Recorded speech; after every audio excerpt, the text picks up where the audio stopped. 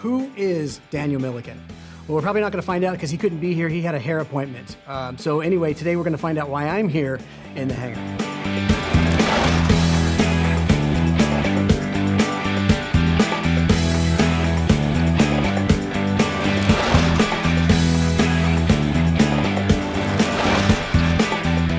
Hey guys, I'm Bryan Turner. Welcome to this very special episode of In the Hangar, which is sponsored by Gold Seal, iFly GPS, and Wingfield Aviation. We have a very special guest here with us today, Daniel Millican. By the way, your hair looks great. Thank you. Thank you. Thanks for letting me host the show and you be the guest. I want to ask you a ton of questions about taking off, past, present, and future. Okay. And some of the things you've done, some of the things you're doing. And I'm an amateur, so I've got notes. So right now you are kind of in the middle, from my perspective, in a channel that's exploding. You are growing, the sponsorships are growing, like you're in the middle of a success story right now. You talk often on your channel about your ego. And so yes. I'm wondering how that plays in, because you say that you struggle with trying to keep it in check. Do you secretly have other channels that you're excited to pass? Yeah, and I've always said that I'll be transparent and I'll be honest. So yes. Did it feel good? It felt good when we just, we edged out Just Plain Silly, but that wasn't enough. It's the doubling. It's the doubling, and that's what I look at. So when I go to 32,000, I look back to see if Just Plain Silly is at 16,000. I'm at 18.2, so. Well, and I just passed 35. If you guys could just turn this off right now, that'd be great. No, I'm at 37. Yeah, I'm more than double now. So. Oh, okay, that's fine. So do you So there goes that ego. Do you ever check other channels and go, oh, I'm going to beat this one, I'm going to beat that one? Because you and I used to do this early on. I look at other channels because I'm a analytic geek. I like looking at the numbers. Sure. I don't look at them as competition necessarily. Only I did for you, because you and I. Actually, when I first met you in the first In the Hangar, I had 600 subscribers and you had like 1,800. So you're 3 times my size. And I let you go ahead this time just so you could feel what that was like for me. Right. So, we started and we were just so close. Yeah. But honestly, you'd done a little bit of stuff, but you hadn't really gone into it. You have ruined my life. I'm now putting out a video every week because of you. Right. I was hey, I had this thing where I landed a Sears stand. Check me out. So you and I text every day. I know. And we text our numbers and analytics and video strategy and all this kind of stuff. And I enjoy that. Yeah. So the competition factor is healthy. Sure. And you blew me away one day. I didn't ask for it. I didn't expect it. But I had my first video approaching 100,000 views, and you posted on your community, hey, go watch this video, help Dan get to 100,000. I didn't ask you to do that. No. And it was just like, wow. And, and I tried to return the favor, but nobody would go watch your video. It's fine, it's understandable. So, it's healthy. And that's the thing that we're finding among the aviation YouTubers, just like the aviation community. I think that when you're in a community like aviation, where there's a lot of risk, there's a danger involved in it. Absolutely. By doing it. And once you get that hard to get certificate that tells you that you're a pilot, there is something that happens with the community, and you look across and go, I know he did that. I know she did that. And there's an instant camaraderie that comes about from that with the aviation world. And that's kind of cool. We're seeing that the same thing in the aviation YouTubers. And, Martin Polly, you, Josh Flowers, Carl Hancock, Fly with the Guys, Brian Wallstrom down, Brian Keith. It's all good to just get together. And there is that competition because, somebody who's going to watch my video isn't going to not watch yours. So it's all part of us being in the same kind of deal. And my mindset changed because early on I was like, oh, I've got to get higher, I got better. And then you had shared the phrase, a rising tide lifts all boats or whatever. And I had that thought, I was like, well, you don't have to unsubscribe. You can unsubscribe from Dan's channel if you want, but you don't have to subscribe to my channel. So it really— You don't have to. You don't have to. They should, but they don't have to. But I think that your encouraging of all the thumbs down have really hurt my channel. Yeah, right. So we started a live earlier today, and waiting, I got there a few minutes before in the waiting room. We had 7 thumbs up and 1 thumbs down. I actually didn't work today. Yeah, I was about to say, how did Bryan Turner get in here? So one thing that sets you apart, I think, from everyone else is you are, well, this is your job first off. So you are a very, very professional. You have a very specific set of rules that you follow in every video. Right. You have a lot of integrity. You say like, I'm not going to go take on a sponsor. I can't be bought. It's got to be a product you care about. So my question would be right now, if I were to Venmo you $20, would you put a jump cut in right here? Not for 20. I can't do it for 20. What you do have a price? I think we come up with a whole sponsorship program where people go, Dan, I will pay $100 in this video if you do a page peel transition. Oh God, I can't do it. Not a page. No, not a page. No. Mm-mm. I could do the jump cut maybe. I know how bad you feel about the one single jump cut out of your 300 videos that's on your channel, because I know that exists because we've talked about it. Yeah, and there was nothing I could do about that because I had to pull something out for somebody in editing inside of YouTube, because the thing with YouTube, which is different than Vimeo, you can upload revisions. Sure. YouTube won't let you do that. No. So if you got to revise it, you got to revise it in their editor, and I couldn't cover the jump there. Yeah. Well, she would quit dropping F-bombs. I'm not telling you which video it is. So you've told me in the past that you have close family members who are not super impressed with this whole YouTube thing on board. So with this sort of boom that's happening right now, this is obviously, we know where this is headed. You're going to be, I would say at the end of this year, if you're not over 100, you're going to be close. Does that carry any weight with those folks? And absolutely none. Really? Oh, if anything, it's negative. Okay. So the lights, the cameras, this is an infantile popularity game. All right. So. All right. But that's not what real life's about. Real life's about family. It's about relationships. It's about that kind of stuff. So this is a hobby. It's fun. It's something that if we can grow it to be, a side hustle, then great. But I can't take myself too seriously. I really can't. I take myself very seriously, and I think you should start. Right. But no, they keep me rooted and grounded in that because, you talked about the channels like growing leaps and bounds. I look at it from a baseball analogy going, it's a good solid double. It's not the home run. I mean, it's not like, I had a video that hit 3 million views and you see that. You see those kind of home runs out there. Sure. So we're not that. We're a good solid double right now. So it's good. But no, the extended family, they keep me grounded. This is not what's important. Okay. So I would say in the last 365 days, more so than the prior year, we've seen your channel evolve to have a lot of new features, the rants. You've done some incident coverage and some different things. So you always ask in your polls in your community tab, what do you prefer? Do you like the rants? Do you like the flying? Do you like this? What is your favorite thing to do, to create? And I'm not talking about the high squeeze, low juice thing. I'm talking about what do you enjoy? That one's a hard question to answer. It's like, which one of your kids do you love the most? Oh, that's easy. It's my son. Okay. Remember when I talked about family being never mind. Which one? I love doing InTheHangars. Okay. This is fun. I will say that this year's been harder with no audience. I think that if anything, I knew it would be this way, but again, going back to that community thing, having an audience and having that feedback is very rewarding, I guess. Sure. Or I don't know what to say, but so I like that part of it.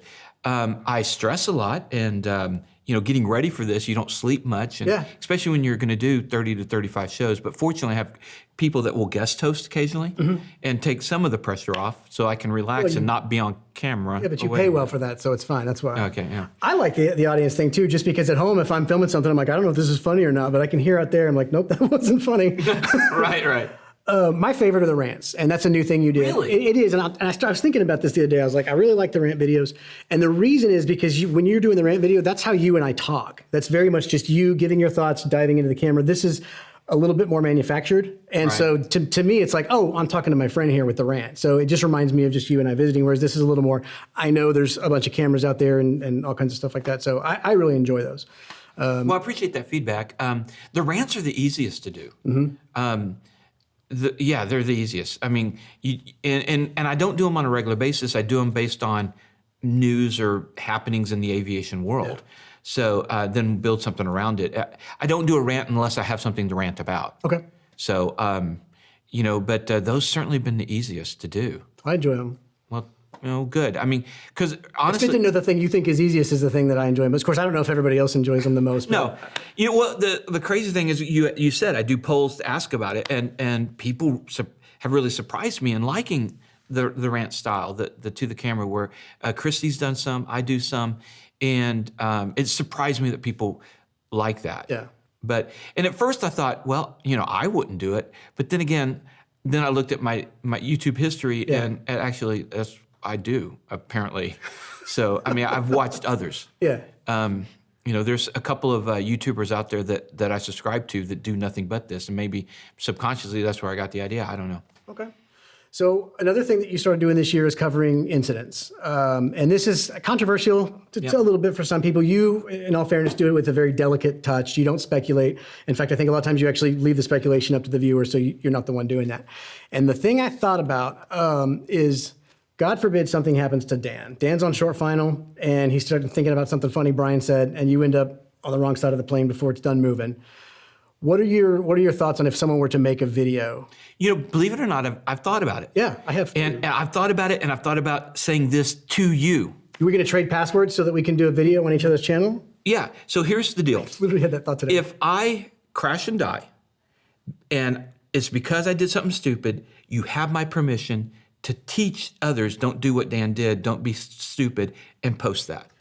So I posed myself this question today too. Would I want someone to do it? And I have two answers. My first answer is if I am solo and I fly my plane into a cell phone tower, light me up, whatever you want to do. But then I started thinking if one of my kids is on board, my family is not going to want to watch someone making a video about what that implies. Oh, that's a good point. I hadn't thought of that. Well, I don't have to worry about that because, see, my family hates flying. Perfect. So they'll never be on the plane.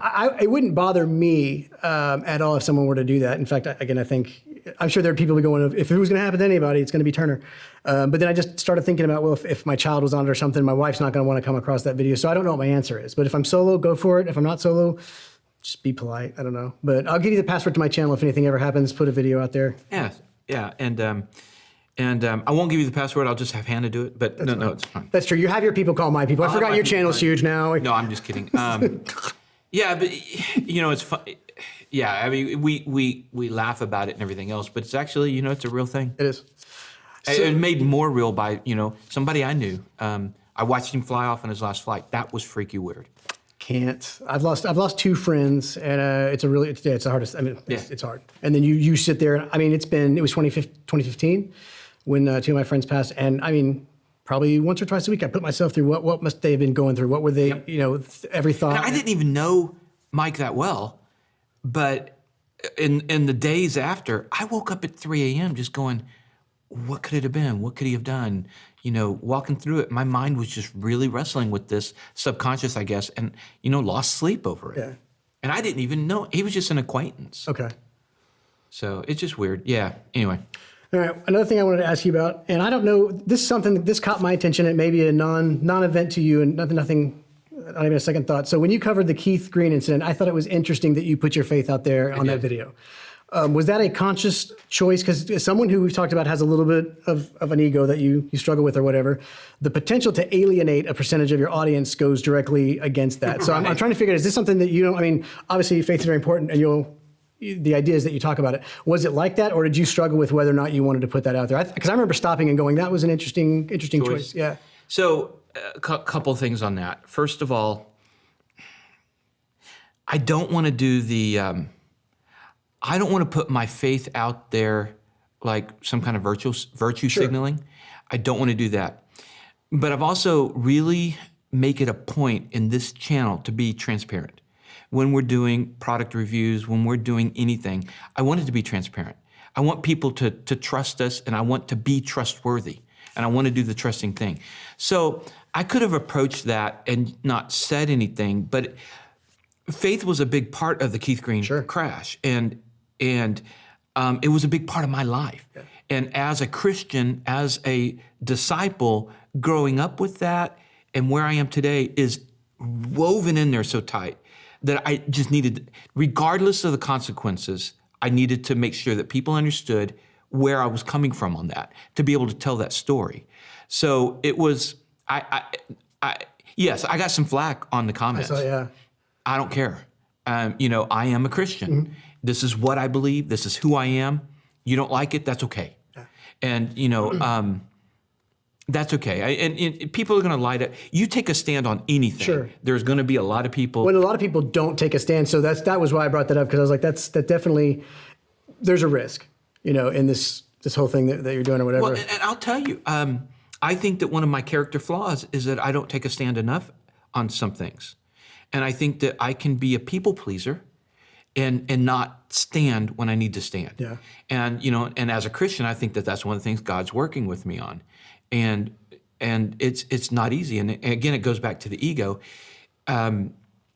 You, as a Christian, as a Christian who's actually walking with God, not just a Christian in name only. Hey, I'm an American, I'm a Christian, as somebody who's truly following God, I think that it's a constant daily battle to kill the ego, because it's anathema to everything that following Jesus is about. And so for me, and I know we're getting into, and probably get the negative comments now here, but I got to take a stand. I'm not telling you got to do it. I'm not trying to be offensive or anything, but this is who I am. Yeah. This is where I stand. Okay, very cool. Well, that was most of the heavy stuff I have. So you had a prop strike, and you cut the head off a rattlesnake this year. So you did. You had a prop strike in your 210. Which wasn't the same. It wasn't that I took the head off a rattlesnake with the prop. I thought that was what you did. No. I was going through your channel today. I was like, I forgot about that video. How far along are you in the overhaul? Oh my gosh, this has been a nightmare. But it's a nightmare not because of anybody else's fault. So, the prop strike was in the moment.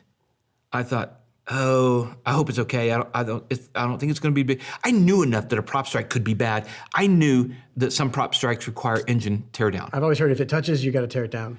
Well, that's what they told us.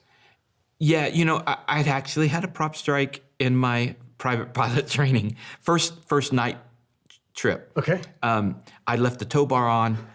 It was dark. I didn't see it. Neither did the instructor. I'm laughing. I'm going to do it the next time I go fly. Yeah, so we started to taxi. All of a sudden we hear a bing, and the instructor's like, the engine didn't change RPM or anything. Yeah. But he's like, that was not usual hold up.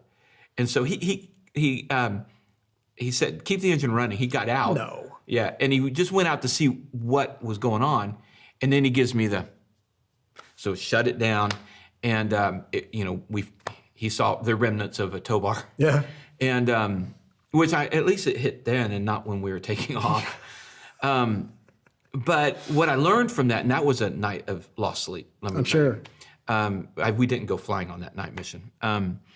But he told me, by the book, if you have a loss of RPM on this, it could be a tear down. And I didn't have insurance. They didn't require it.